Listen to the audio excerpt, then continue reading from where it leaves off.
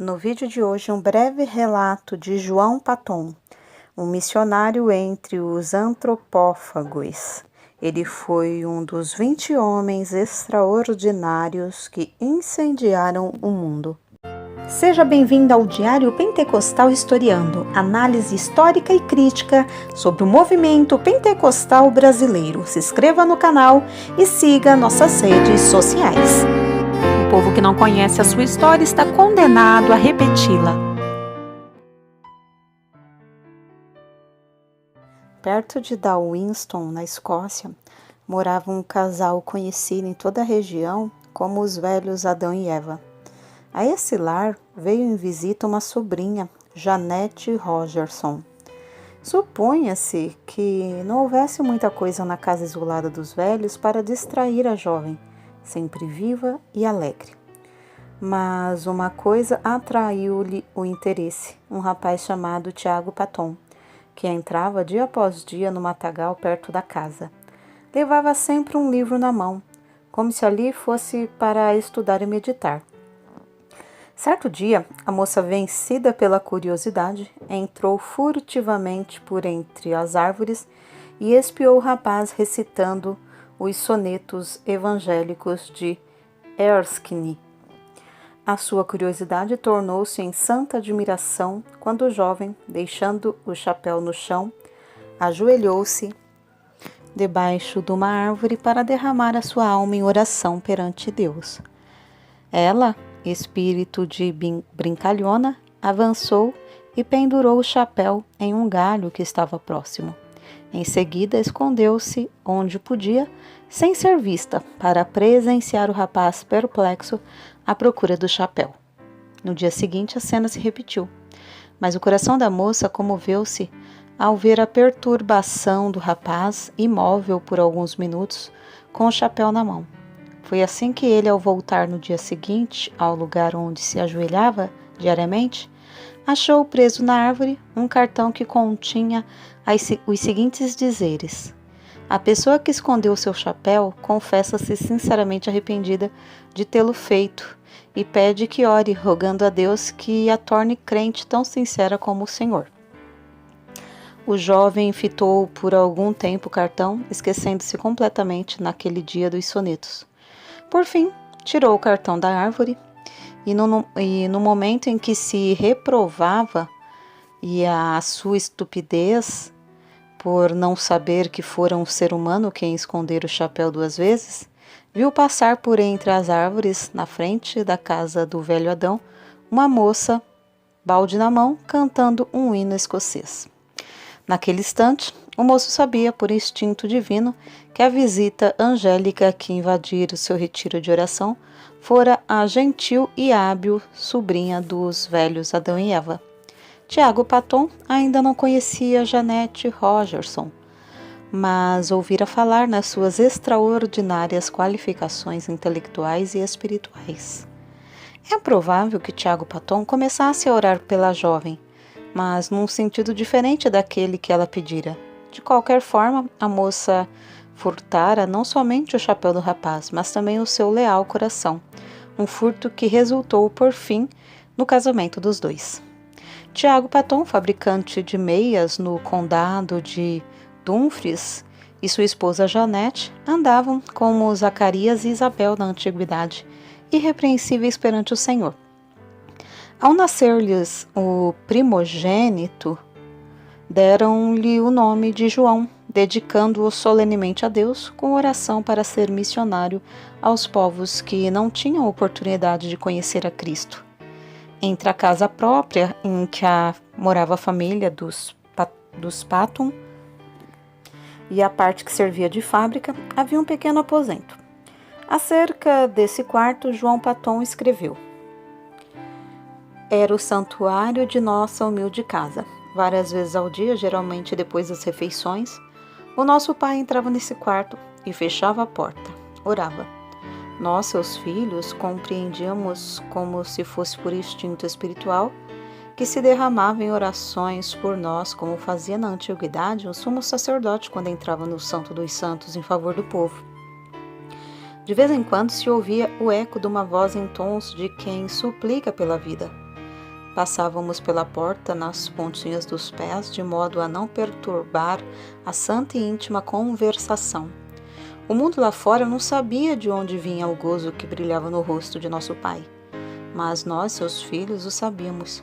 Era o reflexo da presença divina, que era sempre uma realidade para ele na vida cotidiana. Nunca espero, quer num templo, quer nas serras, quer nos vales, sentir Deus mais perto, mais visível, andando e conversando mais intimamente com os homens do que naquela humilde casa coberta de palha. Se por uma catástrofe indizível tudo quanto pertence à religião fosse apagado da memória, minha alma reverteria de novo ao tempo da minha mocidade. Ela fechar-se-ia naquele santuário, e ao ouvir novamente os ecos daquelas súplicas a Deus, lançaria para longe toda a dúvida com este grito vitorioso: meu pai andava com Deus, por que não posso eu também andar? Na autobiografia de João Paton, vê-se que as suas lutas diárias eram grandes, mas o que lemos abaixo revela qual a força que operava para que ele sempre avançasse na obra de Deus. Antes realizava-se culto doméstico na casa de meus avós somente aos domingos, mas meu pai convenceu primeiro a minha avó a orar, ler um trecho da Bíblia e cantar um hino diariamente pela manhã e à noite. Depois todos os membros da família seguiram esse costume. Foi assim que meu pai começou aos 17 anos de idade o bendito costume de fazer cultos matutinos e vespertinos em casa.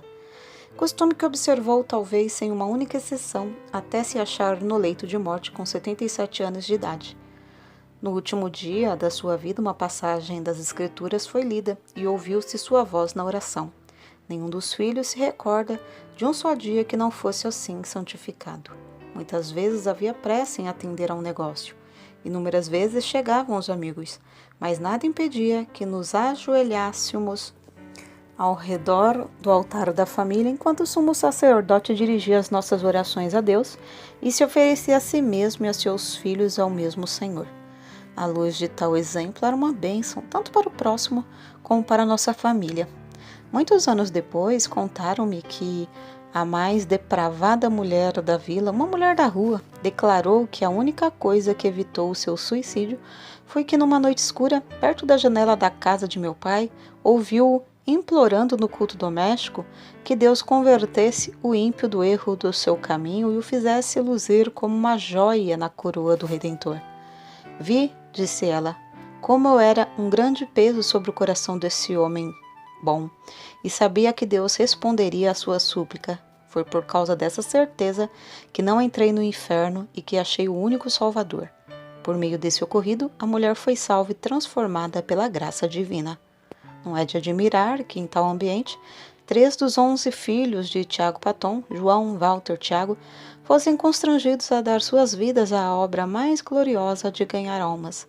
Não julgamos estar esse ponto completo sem lhe acrescentar mais um trecho dessa autobiografia. Até que ponto fui impressionado nesse tempo pelas orações de meu pai, posso dizer, nem ninguém pode compreender. Quando de joelhos e todos nós ajoelhados em redor dele no culto doméstico, ele derramava toda a sua alma em oração com lágrimas, não só por todas as necessidades pessoais e domésticas, mas também pela conversão da parte do mundo onde não havia pregadores para servir a Jesus. Sentíamos-nos na presença do Salvador vivo e chegamos a conhecê-lo e a amá-lo como nosso amigo divino. Ao levantarmos-nos da oração, eu costumava olhar para a luz no rosto do meu pai e cobiçava o mesmo espírito. Anelava em respostas às suas orações a oportunidade de me preparar e sair, levando o bendito evangelho a uma parte do mundo então sem missionários. Acerca da disciplina do lar, eis o que ele escreveu. Se houvesse algo realmente sério para corrigir, meu pai se retirava primeiramente para o quarto de oração e nós compreendíamos que ele levava o caso a Deus. Essa era a parte mais severa do castigo para mim. Eu estava pronto a encarar qualquer penalidade, mas o que ele fazia penetrava na minha consciência como uma mensagem de Deus.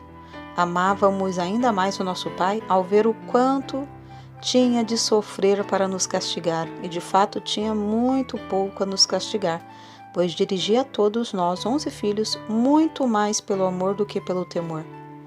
Por fim, chegou o dia em que João tinha de deixar o lar paterno. Sem o dinheiro para a passagem, com tudo o que possuía, inclusive uma Bíblia embrulhada num lenço, saiu a pé para trabalhar e estudar em Glasgow. O pai o acompanhou até uma distância de 9 quilômetros. No último quilômetro, antes de se separarem um do outro, os dois caminhavam sem poder falar uma só palavra. Mas o filho sabia, pelo movimento dos lábios do pai, que este chorava em seu coração por ele. Chegando ao lugar combinado, onde se separariam, o pai balbuciou: Deus te abençoe, meu filho. O Deus de teu pai te prospere e te guarde de todo mal. Depois de se abraçarem, o filho saiu correndo, enquanto o pai, em pé no meio da estrada, imóvel, com o chapéu na mão e lágrimas correndo pelas faces, continuava a orar em seu coração.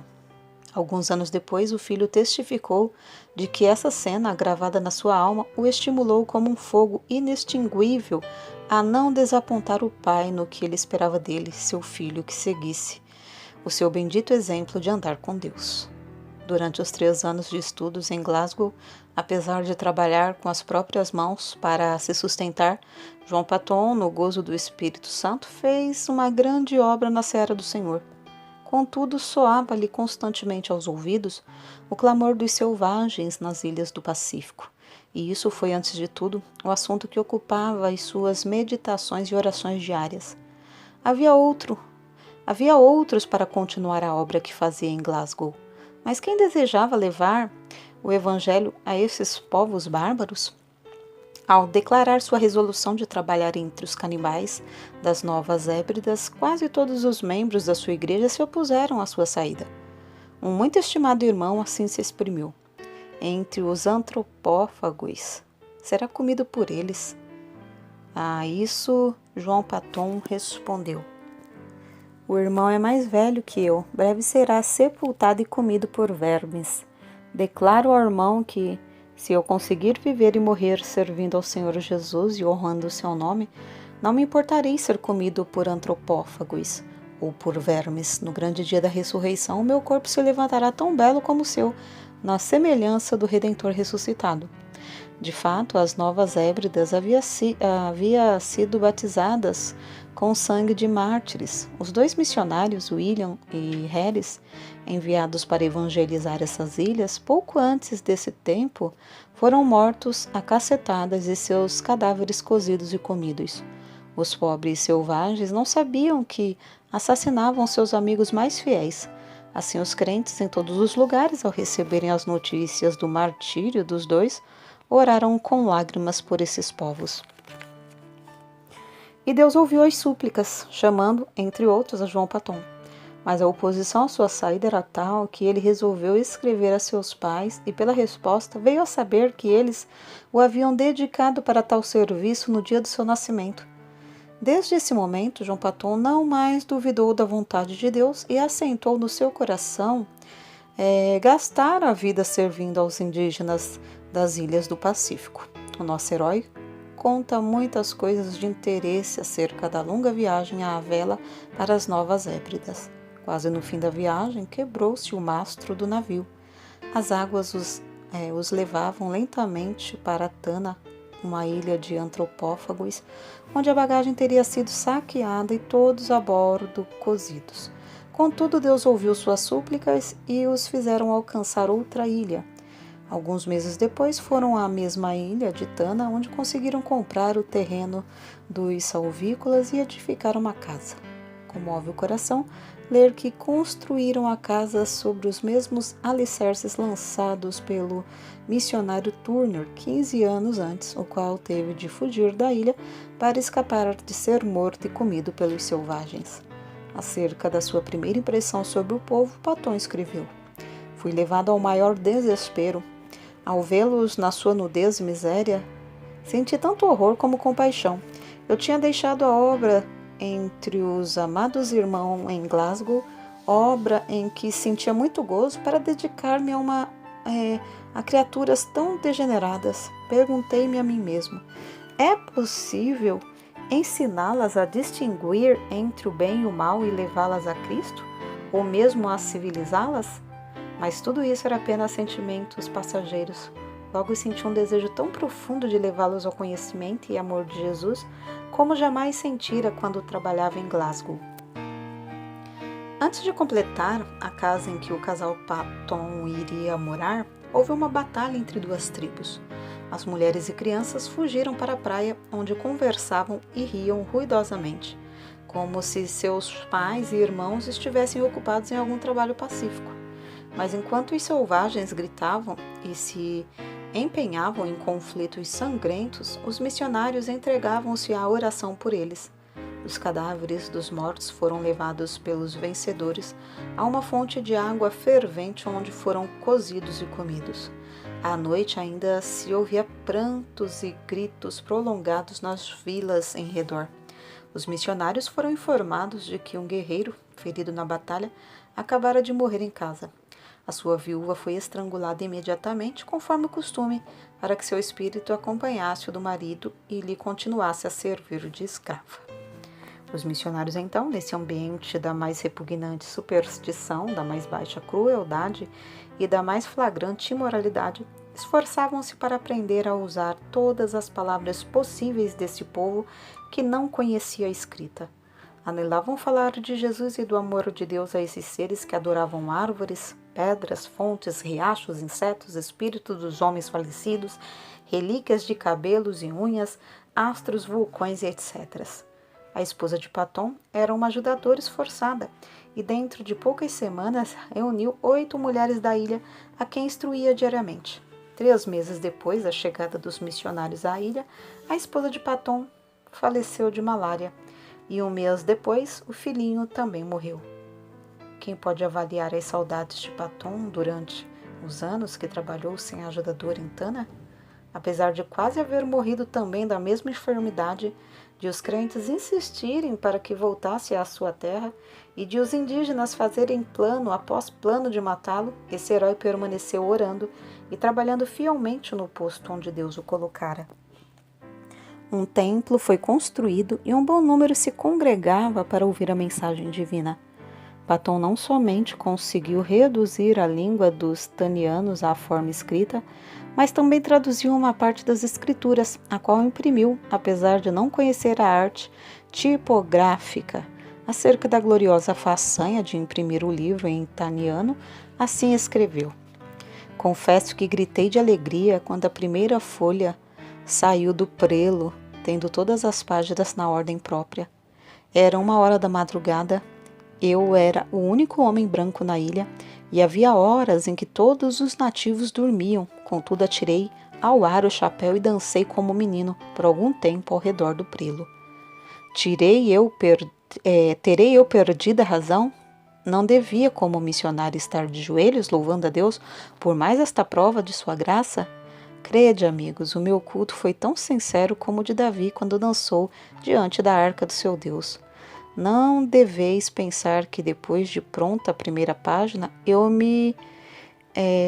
não me tivesse ajoelhado pedindo ao Todo-Poderoso que propagasse a luz e a alegria do seu santo livro nos corações entenebrecidos dos habitantes daquela terra inculta.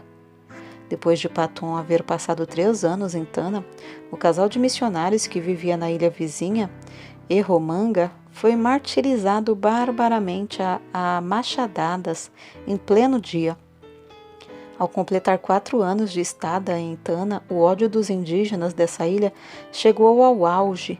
Diversas tribos combinaram matar o indefeso missionário e findar assim com a religião do Deus de amor em toda a ilha.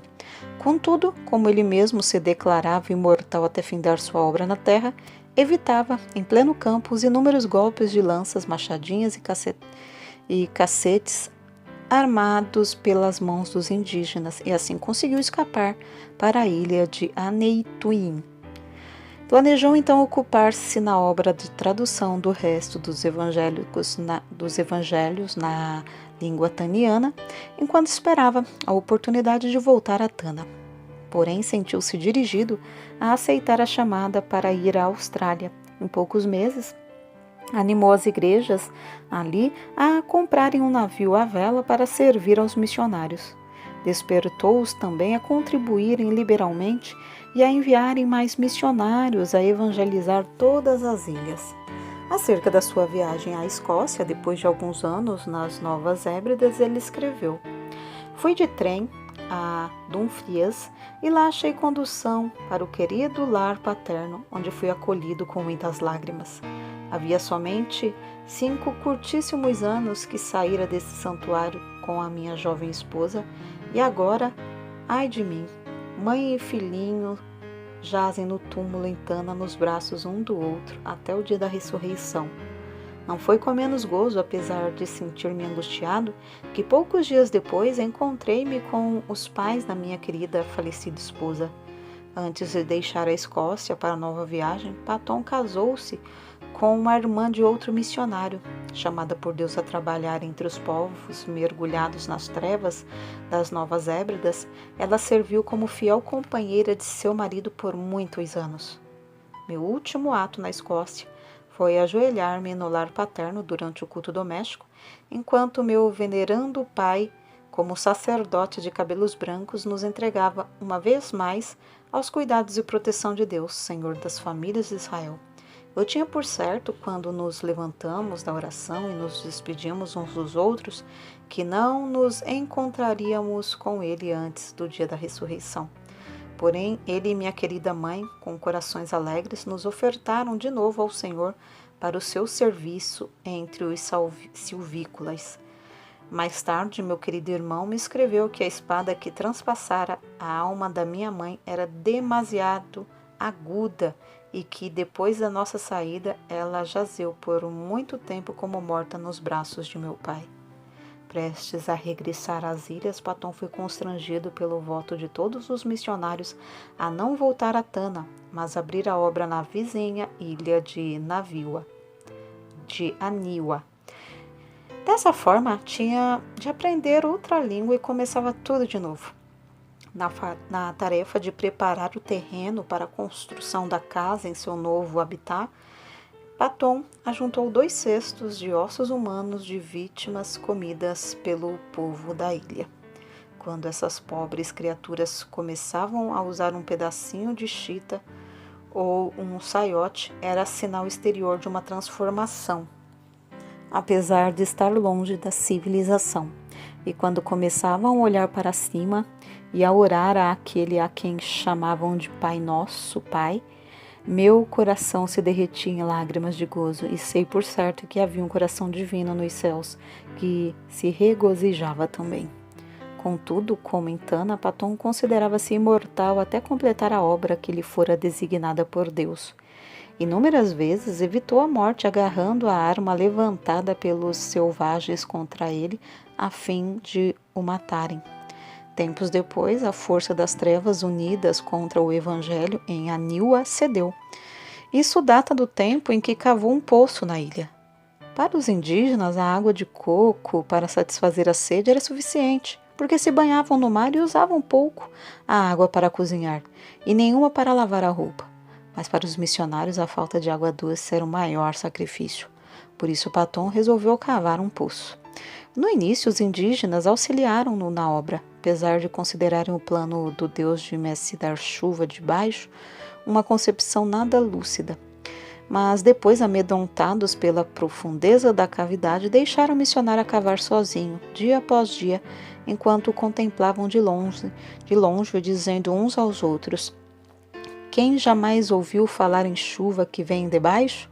Pobre Missy, coitado! Quando o missionário insistia em dizer que o abastecimento de água em muitos países vinha de poços, eles respondiam: é assim que se dá com os doidos, ninguém pode desviá-lo de suas ideias loucas. Depois de longos dias de labor enfadonho, Paton alcançou a terra úmida. Confiava em Deus para obter água doce em resposta às suas orações. Contudo, nessa altura, ao meditar sobre o efeito que causaria entre o povo o fato de encontrar água salgada, sentia-se quase que tomado de horror. Sentia-me, escreveu ele, tão comovido que fiquei molhado de suor e tremia-me todo o corpo quando a água começou a borbulhar debaixo e a encher o poço. Tomei um pouco de água na mão, levei-a à boca para prová-la. Era água potável, era a água viva do poço de Jeová. Os chefes indígenas, com seus homens, a tudo assistiam. Era uma repetição em escala reduzida do episódio em que os israelitas rodearam Moisés quando ele fez água sair da rocha. O missionário, depois de passar algum tempo louvando a Deus, ficou mais calmo. Desceu novamente, encheu um jarro da chuva que Deus Jeová lhe dava pelo poço e entregou-o ao chefe. Este sacudiu o jarro para ver se realmente havia água dentro. Então tomou um pouco na mão e, não satisfeito com isso, levou à boca um pouco mais. Depois de revolver os olhos de alegria, bebeu-a e rompeu em gritos. Chuva, chuva, é chuva mesmo! Mas como a arranjou? Patom respondeu, foi Jeová, meu Deus, quem a deu da sua terra em resposta ao nosso labor e orações. Olhai e vede por vós mesmos como borbulha a terra. Não havia um homem entre eles que tivesse coragem de chegar perto da boca do poço. Então formaram uma fila comprida e, segurando-se uns aos outros pelas mãos, avançaram até que o homem da frente pudesse olhar para dentro do poço. A seguir, o que tinha olhado passava para a retaguarda, deixando o segundo olhar para a chuva de Jeová, muito embaixo. Depois de todos olharem, um por um, o chefe dirigiu-se a Patom e disse, Misse, a obra de Deus, de seu Deus Jeová é admirável, é maravilhosa. Nenhum dos deuses de Aniwa jamais nos abençoou tão maravilhosamente. Mas, Misse, ele continuará para sempre a dar chuva por essa forma? Ou acontecerá como a chuva das nuvens? O missionário explicou, para gozo indizível de todos, que essa bênção era permanente e para todos os aniwanianos. Durante os anos que se seguiram, os nativos experimentaram cavar poços em 6 ou 7 lugares mais prováveis perto de várias vilas. Todas as vezes que o fizeram ou encontraram, pederneira ou poço dava água salgada. Diziam entre si, sabemos cavar, mas não sabemos orar como Misse, e portanto Jeová não nos dá chuva debaixo. Um domingo, depois que Patom alcançou a água do poço, o chefe Namakei convocou o povo da ilha. Fazendo seu gesto com a machadinha na mão, dirigiu-se aos ouvintes da seguinte maneira. Amigos de Namakei, todos os poderes do mundo não podiam obrigar-nos a crer que fosse possível receber chuva das entranhas da terra, se não a tivéssemos visto com os próprios olhos e provado com a boca. Desde já, meu povo, devo adorar a Deus que nos abriu o poço e nos dá chuva debaixo. Os deuses de Aniwa não podem socorrer-nos como o Deus de Misse.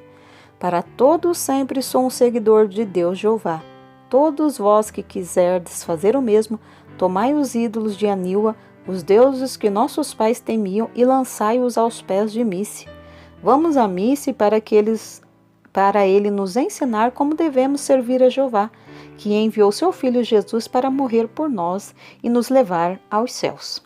Durante os dias que se seguiram, grupo após grupo dos silvícolas, alguns com lágrimas e soluços, outros aos gritos de louvor a Jeová, levaram seus ídolos de pau e pedra perante o missionário.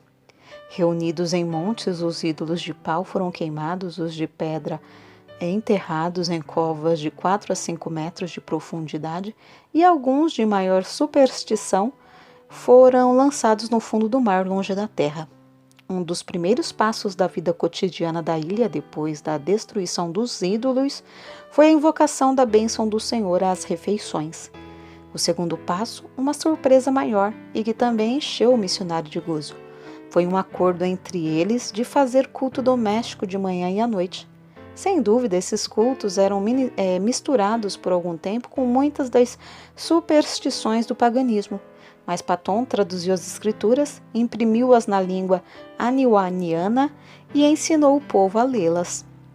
A transformação do povo da ilha foi uma das maravilhas dos tempos modernos. Como arde o coração ao ler acerca da ternura que o missionário sentia para com esses amados filhos na fé e do carinho com que esses outrora cruéis selvagens que comiam carne humana mostravam para com o missionário.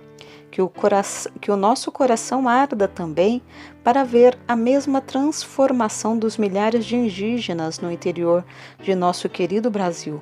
Patom descreveu a primeira ceia do Senhor com as seguintes palavras: ao colocar o pão e o vinho nas mãos, outrora manchadas de sangue da antropofagia, agora estendidas para receber e participar dos emblemas do amor do Redentor, antecipei o gozo da glória até o ponto de o coração não suportar mais. É-me impossível experimentar delícia maior antes de eu poder fitar o rosto glorificado do próprio Senhor Jesus Cristo. Deus não somente concedeu ao nosso herói o indizível gozo de ver os aniuanianos evangelizando as ilhas vizinhas, mas também de ver seu próprio filho Frank Paton e esposa morando na ilha de Tana e dando prosseguimento à obra que ele começara com o maior sacrifício. Foi com a idade de 83 anos que João Paton ouviu a voz de seu precioso Jesus chamando-o para o lar eterno. Com grande gozo, não somente ao reunir-se aos seus queridos filhos das ilhas do sul do Pacífico que entraram no céu antes dele, mas também saudar com um bem-vindo os demais quando chegarem ali, um por um.